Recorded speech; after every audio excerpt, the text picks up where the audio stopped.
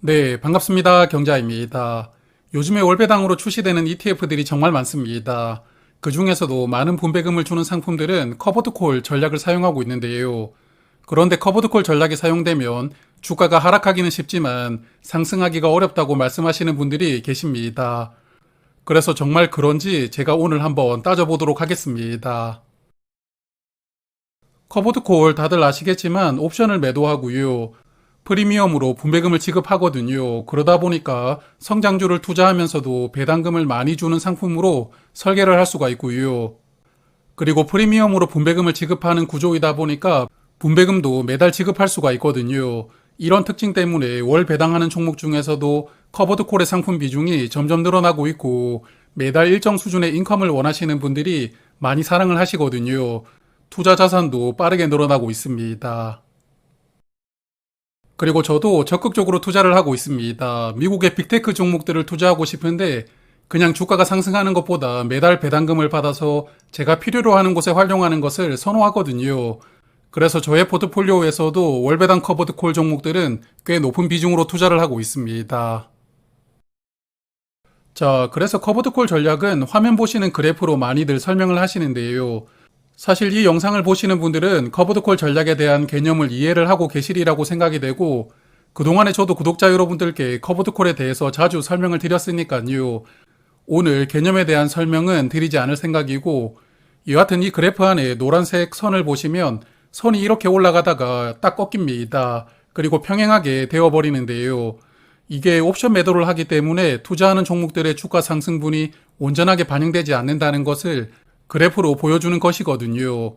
그래서 서두에서 말씀을 드렸지만 커버드콜 전략을 사용하는 상품들은 주가가 내려가는 것은 그대로 추종을 하지만 올라가는 것은 일부만 추종을 하기 때문에 주가가 한번 내려가면 다시 회복하는 게 쉽지 않다.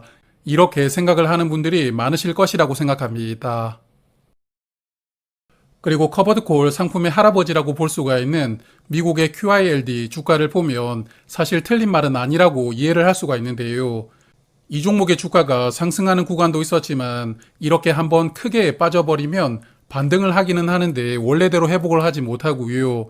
결국 계단식으로 주가가 조금씩 하락하는 흐름을 관찰할 수가 있습니다. 그러므로 커버드콜이 상방이 막혀 있고 주가가 회복하는 것이 어렵다 말씀하시는 분들이 일리가 없는 이야기는 아닙니다. 자, 그런데 최근에 출시된 커버드콜 종목들을 매수하신 분들은 아니 내가 산 종목들은 주가가 잘 올라가던데 무슨 소리냐 이렇게 생각하는 분들이 계실 텐데요.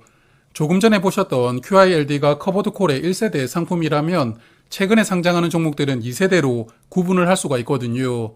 2세대 상품은 1세대 상품의 아쉬움을 어느 정도 커버할 수 있도록 설계가 된 상품들입니다.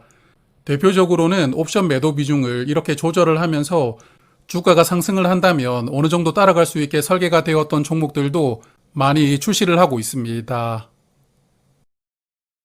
그리고 옵션 매도를 기존에는 한 달에 한 번만 했었는데 매주 하는 상품, 그리고 매일 하는 상품까지 등장을 했거든요. 그래서 사실 이렇게 하는 게 유리한지 저렇게 하는 게 유리한지는 저도 똑부러지게 말씀을 드리기는 어렵고요. 제가 말씀을 똑부러지게 하지 못하다 보니까 최근에 상장했던 커버드콜 상품들 6종목을 한번 성과를 비교를 해보았는데요. 요즘에 많이들 투자하고 계실 텐데 빅테크에 집중적으로 투자하는 세 종목과 미국 배당 다우존스를 기반으로 커버드콜이 적용되는 상품, 그리고 S&P 500과 한국의 코스피 200을 커버드콜로 투자하는 상품들까지 총 6종목을 비교를 해보았습니다. 그리고 아시다시피 지난 8월 초에 한국과 미국은 주가가 급락을 했던 적이 있었는데요. 하지만 지금은 이 당시 하락분을 어느 정도 회복한 상황입니다.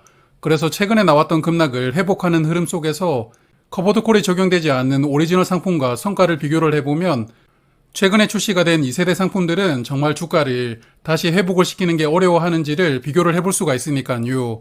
8월 1일부터 오늘까지 성과를 비교를 해보면서 한 종목씩 차근차근 살펴보도록 하겠습니다.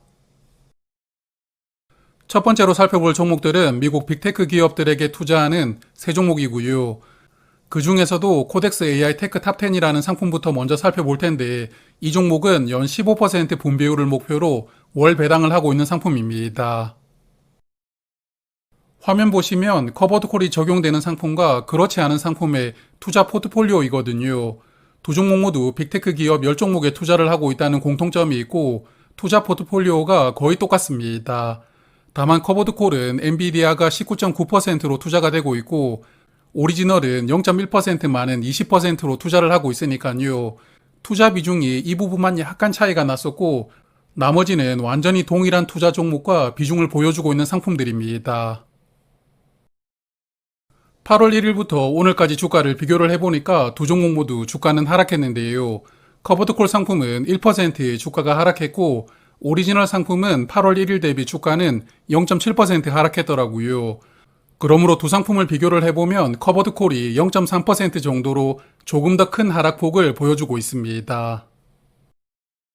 그리고 두 번째로 살펴볼 종목도 미국 빅테크 기업에 투자를 하는 종목이고요. 타이거 텐텐이라고 많이 부르시는 상품인데 이 상품은 연 10% 분배율을 목표로 월 배당을 하고 있습니다. 커버드콜과 오리지널 상품의 포트폴리오를 먼저 비교를 해보면 투자하는 종목이 대체로 비슷하지만 약간 차이도 있더라고요.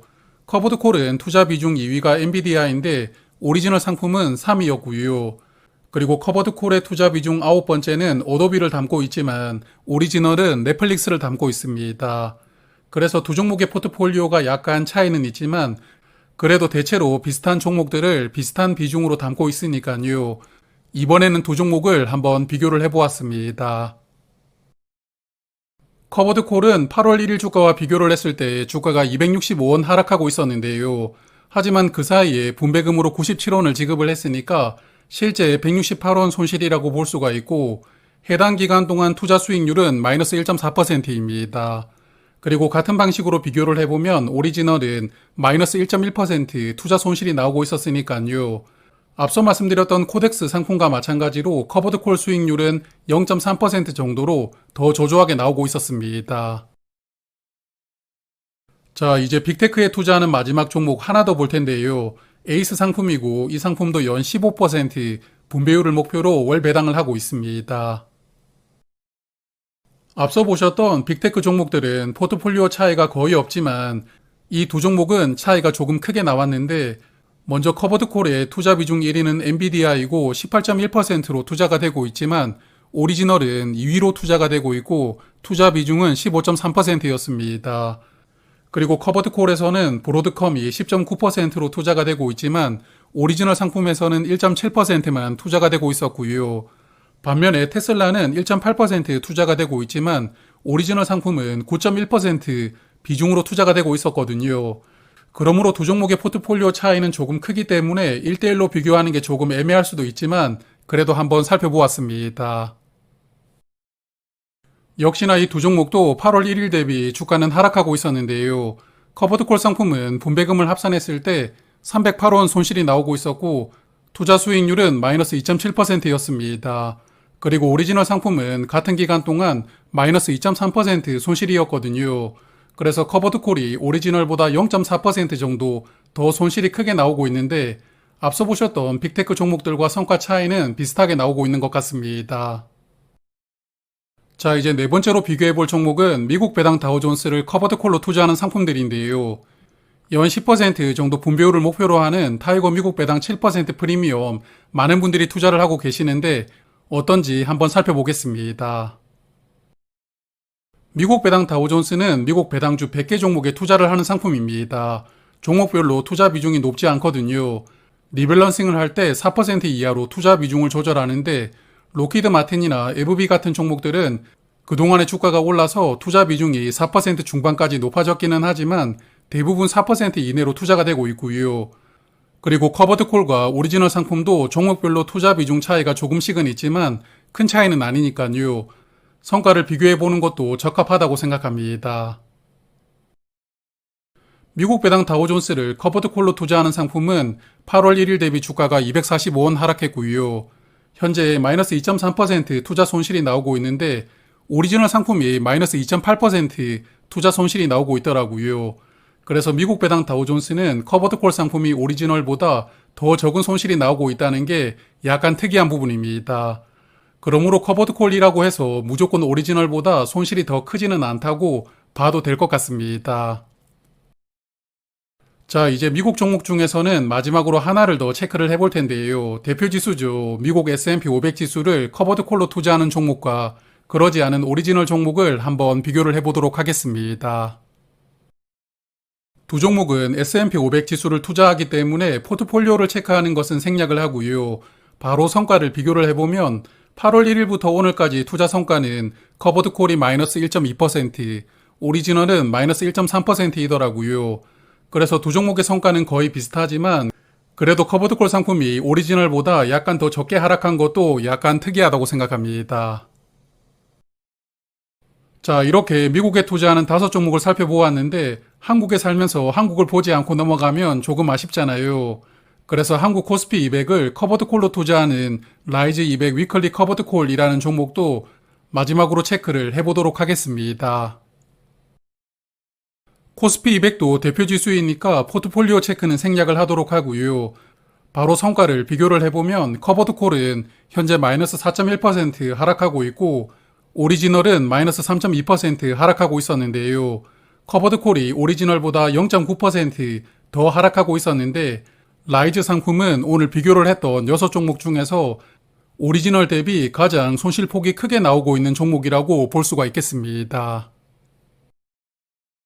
자, 그래서 지금까지 비교했던 6종목을 정리를 해보면 커버드 콜 상품들이 2세대라고 하더라도 오리지널보다는 조금 더 손실이 큰 종목들이 많았습니다.